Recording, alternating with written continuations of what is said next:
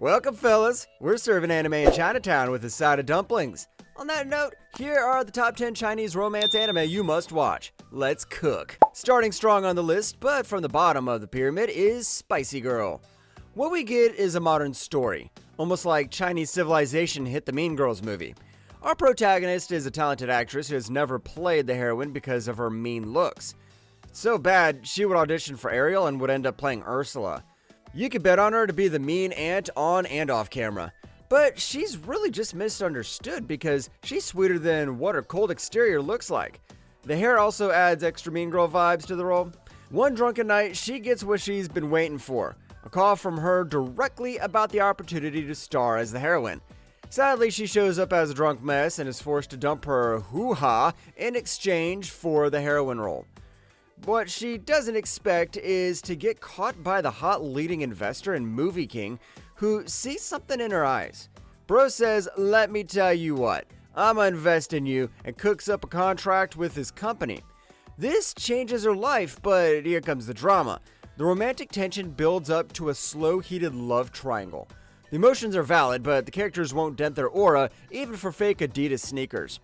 You get to witness comedy, sweetness, the drive for ambition, and a slow burn romance. Following the list is Cupid's Chocolate. Let's talk about beauty, which, if we're being honest, comes out in all its rom-com glory. This show is what you get when Cupid is bad at archery. If you get the concept, you know, Cupid's not supposed to be bad at archery. Matter of fact, her irresponsibility lands a loser the chance of a lifetime, which is the opportunity for Bro to begin his harem. Haoyai's life was going just fine until the god of love showed up. Her attempt to give his love life a little nudge ends in a whirlpool of disaster, and honestly, watching him fail miserably to bring them together is both hilarious and relatable. It all begins when Haoyai mistakenly eats a cake from his school's rooftop.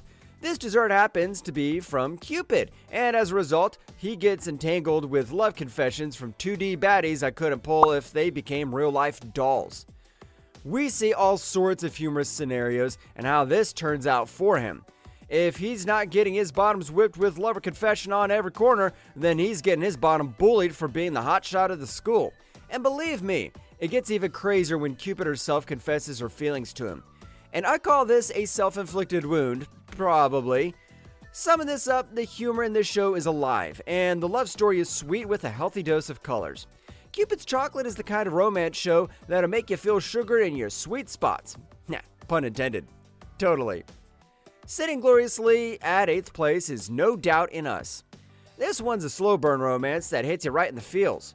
So our main characters are the Emperor and Empress focused at the center of the Imperial Palace. Sadly, their relationship feels like they're being forced to coexist and breathe the same air, but this happens to be their reality. The Emperor is a stern man whose shoulders are as high as the Eiffel Tower. I mean, with great power comes great responsibility in the shoulders, and then the Empress is the direct opposite of him. In the first episode, we see that she's a badass swordsman who can feed the Emperor his shoes, but then again, something unexpected happens. They accidentally switch bodies and are forced to live in each other's lives in the palace. The unexpected swap leaves them at odds, but they get to see life from the other's perspective, and this somehow leads to a romantic story? Yeah, this chopstick couple sort of makes it work and develop compassion for each other. The romance is sweet, and the story is as delicate as a flower. Up next is the demonic king who chases his wife, coming in at number 7. Action, flair, drama, superpowers? This show is ecstatic, and I love it. Of course, at the start of the show, we see assassins on a mission to annihilate a target when one of them suddenly gets summoned and whipped into the body of a good-for-nothing lass in the fantasy world. When I mean good-for-nothing, I'm talking zero aura, zero grace. Weakling. Exceptionally slow. Gets bullied at the slightest chance until the assassin takes her place in reincarnation and all gears shift to 10. With hurtful memories of the girl's past, our girl fights back with a completely different aura. Assassin style. Sadly, her body's too frail when a powerful emperor and next demon king walks in majestically to save her in princess style. This starts off the premise for many mysteries and a romance story where the emperor vows to protect Su Lo after discovering there's something changed about her. For example, she's now a valuable asset to the empire and the answer to a mystery tale in this world. The romance is alive, and although hesitant, they seem just to work it out and make you feel goosebumps. Memory of Chang'an. Goofy, hot, beautiful, and charming princess, cold and emotionally unavailable prince. Now this is how you make a slow burn romance from scratch. If you're in the mood for a romance that feels like a dream, this show is it. The historical setting is absolutely gorgeous, and it's a bit like stepping into a romance novel where romantic tension is zero. Over here, we see Emilia and Lee get into an arranged marriage of convenience for the sake of their kingdoms. Lee doesn't give 2 cents about emotional entanglement, while Emilia has to get used to the customs of her new home, all without Lee's affection in the picture. To sum it up, the new couple have to pick up the pieces and make the best of the situation as they slowly begin to care for each other. They must also face the confrontations in the palace that pose a threat to their union, while unraveling dangerous plots against their kingdoms. For these two, they're so different, yet so perfect for each other. The romance is so well done that it leaves you feeling like you're walking through the streets and wishing you could witness that kind of love. 我们不要再欺骗自己了，我是真的爱上你了。 Hey there, you're a 10 out of 10 and we're glad to have you here, Pookie. And I bet she's not pregnant, but you know we always deliver. It's our job to give the best top lists, but how about you make us a 10 out of 10 channel by gracing us with your top-notchness when you hit the like and subscribe button. Thanks for that. Ooh. Moving on the list is The Girl Downstairs at 5th place. Now this show's like a blend of romance and slightly chaotic college life, except everyone is secretly a little obsessed with each other, creating this massive web of confusion instead of a love polygon. But that's what makes it work. The story focuses on a love game of X and no between this guy, his childhood friend, and the new neighbor who just moved into his apartment but also happens to be a secret pop star. Bro has been in love with his childhood friend for the longest time, but has never gotten his feelings acknowledged. However, when he sees his growing attraction to the new girl in the neighborhood, she decides to come around. And now bro's stuck between a rock and my love. 'Cause nothing's stronger than my love for you, Pookie. The romance is as sweet as floating in pink clouds, but it's also chaotic. I call it a balanced diet and a buffet. Almost at the finish line, we have Heaven's Official Blessing at number 4. If Heaven's Official Blessing was a tweet, it would be definitely It's Complicated. The story follows Lian, a prince who has had a really rough time. And then there's Chang, a mysterious powerful guy who's low-key obsessed with him. Even though Lian's just a prince who's been banished from heaven to be an exorcist on earth, I mean seriously, if you weren't a mess of emotions by the end, what are you watching? There's this balance between lighthearted moments and moments that make you want to sob, and it all works together perfectly. It's the kind of anime where you finish it and then you stare into the abyss for a while, trying to process all the feels. It's a tender and heartfelt ride above everything else.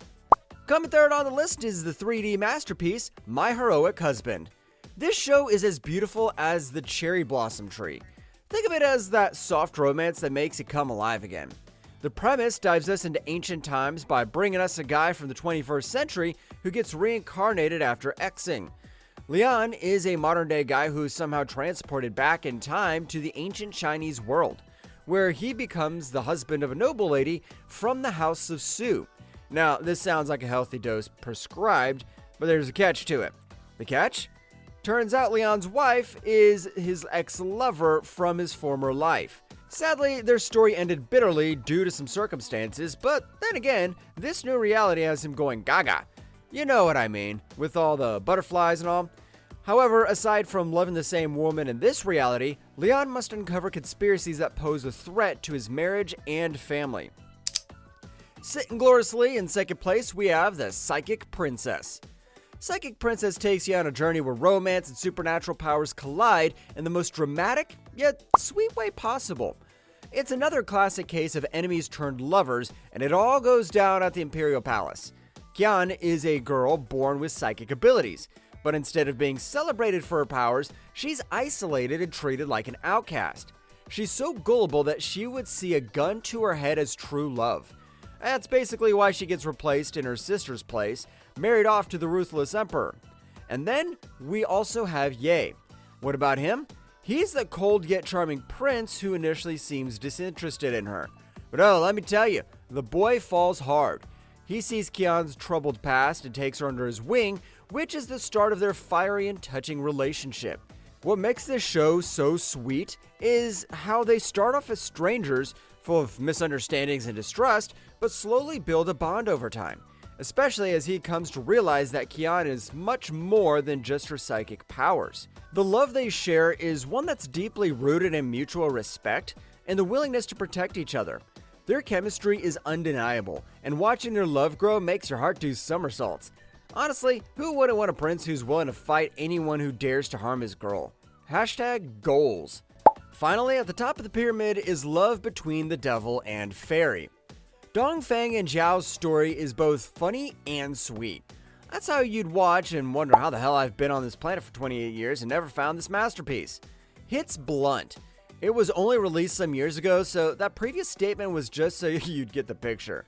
Dongfeng is the Demon King sealed by a warrior princess after creating havoc in the heavens. Many millennia later, there's a rift in the underworld and the Demon King shows his wicked behinds again. But he does something rather strange. In a fit to escape, he swaps bodies with Orchid, a floral fairy who's getting punished for breaking the heavenly rules. The two end up in Heaven Prison with their new reality of the exchange, and this triggers the following series of events where we enemies to lovers relationship slowly blooms within them. In no time, we see the Demon King go crazy and his emotions get the better of him with the looming possibility of a love triangle. And it's just perfect. Well, that's a wrap, weebs, and thank you for sticking around. Tell us in the comments if you agree with this list and which anime should have made the ranks. You made it this far, so don't forget to like, subscribe, and hit the bell icon for more tea. See you next time.